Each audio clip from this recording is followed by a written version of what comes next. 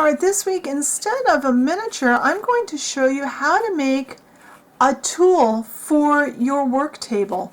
This is a little mini clamp drying rack that I think will be really handy for projects. So stay tuned and see how quick and easy this is to put together.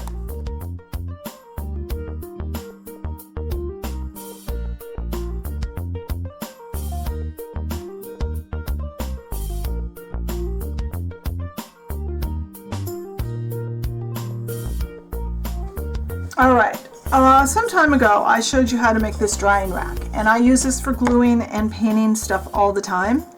It's really handy. I even bake clay in it, and I'll try to remember to link this tutorial in the, at least in the blog post. I'll try to remember in the description box. But I saw another drying rack. I was browsing through some old miniature magazines and miniature books, and I saw this. I was going to write down where I saw it, but I didn't have time and I totally forgot which magazine it was in. So I gathered up, from what I remember it looked like, I gathered up my stuff this morning out of my scraps. This is a scrap of, it's about a little over a 1/2 inch by 1/2 inch square wood, and I cut it about, there's probably about 3-4 inches of wood here. The measurements don't matter on this. This, I was hoping I had something bigger. This is one of those little rounds that I used to make a table a while back. And I have 4 clothespins, and I've cut one side of each clothespin down short. You'll see why in a minute. One end of this square piece does need to be straight. It needs to be cut flat. And that flat end we are going to glue onto here. And I'm going to use my 2-glue method so I don't have to clamp anything, because this is going to be really hard to clamp. And I don't care if it's messy, because this is going to be for gluing things and painting things. It's going to get messy. So I think, yeah, it's going to be sturdy enough. Now we are going to take one of these clothespins. I'm putting glue on the side I cut short. Remember our 2-glue method. And we're going to put that right there. I'm going to have to hold this for a few minutes till that, I probably should have let the bottom get dry first. There. Now, I think I can probably do 2 at a time. They'll have to come back and do the other 2.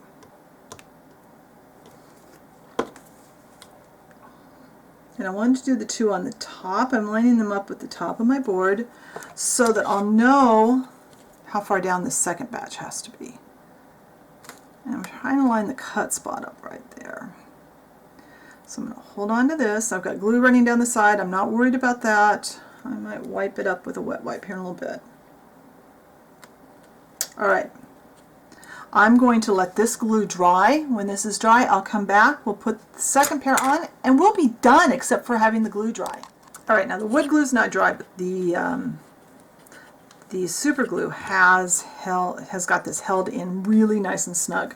So now we can see where we want to put our other 2 clothespins.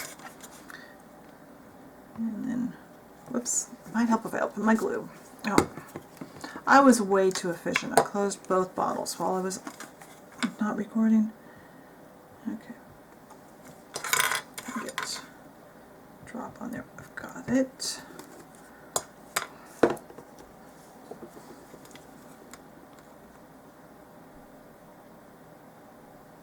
Come on. One drop. And then kind of line this up so that it's below that.